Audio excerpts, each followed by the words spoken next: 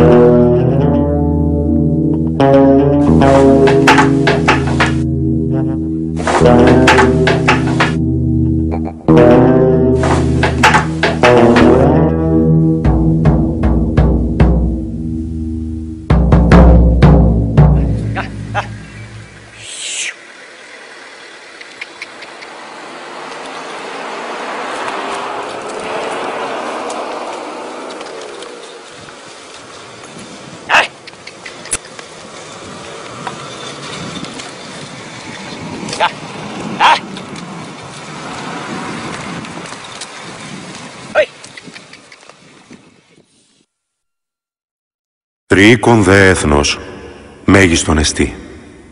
Μετά γέινδους πάντων ανθρώπων. Ή δε υπενός άρχιτο, ή φρονέοι κατά το ητό, άμαχον τανεί και πολλό κράτιστον πάντων εθνέων, κατά γνώμην την εμήν, αλλά γάρ τούτο άπορον σφί και αμήχανον, μήκοτε εν γέννητε.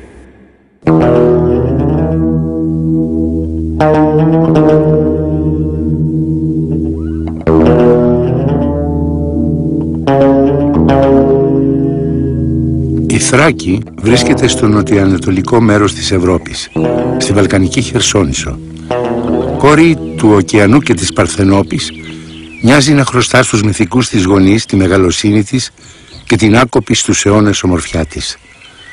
Στις υψηλότερες κορφές της Ροδόπης υπήρχε μαντίο του Διονύσου, εισάξιο με αυτό του Απόλλωνα στους Δελφούς.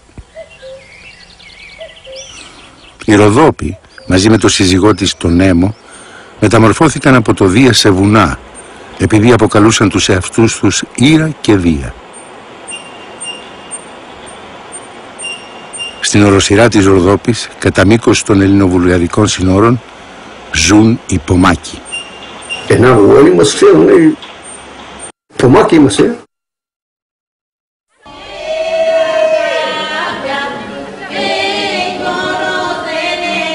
Πομάκοι, σλαβόφωνοι μουσουλμάνοι, κάτοικοι της Ροδόπης.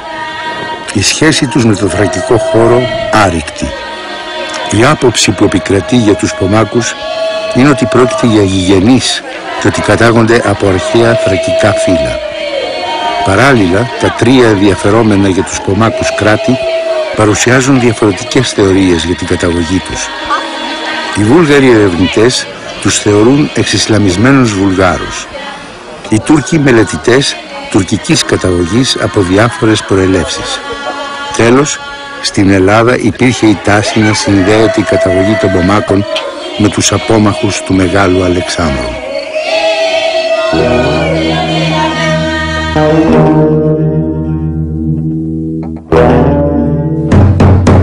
Σαλί, γε μου Σαλί, Τούρκοι σε ψάχνουν, δεν είσαι εδώ. Βούλγαροι ρωτάνε, δεν είσαι εδώ. Μήπως σφαίρα σε χτύπησε ή με τσεκούρι σ' έκοψαν. Ούτε σφαίρα με χτύπησε, ούτε τσεκούρι με έκοψε. Όμως μάνα μου με πιασαν 10 αντάρτες.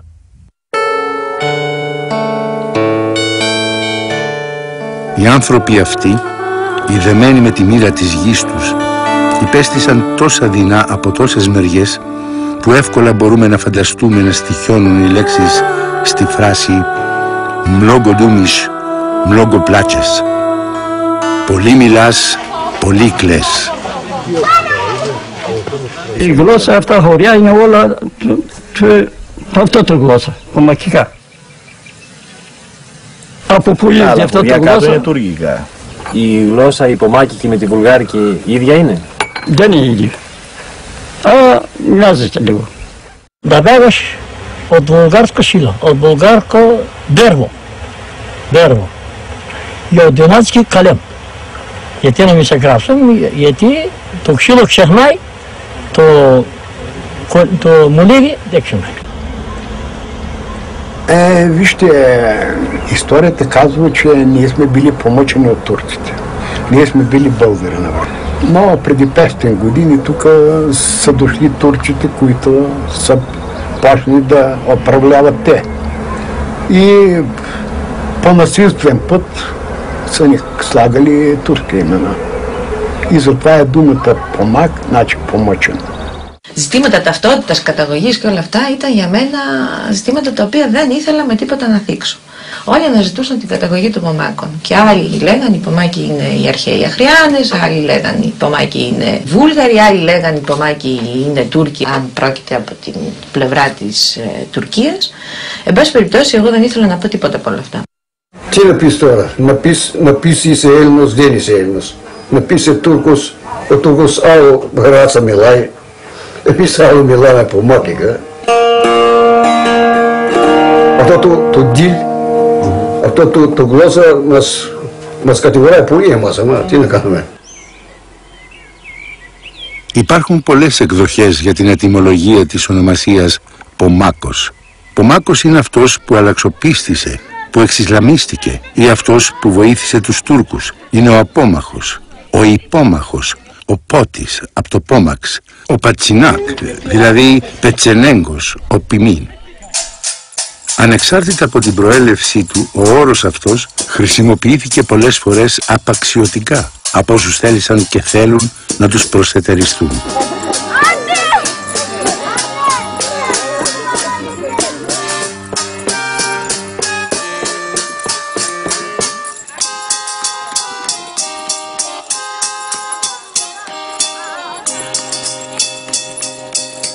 Όταν κάθισα να γράψω, μου ερχόντουσαν συνέχεια οι φράσεις που λέγανε οι άνθρωποι, οι πληροφορητές μου στο πεδίο, όταν ερχόταν η συζήτηση για το θέμα της καταγωγής τους κάποια στιγμή, περίφημες φράσεις μας λένε.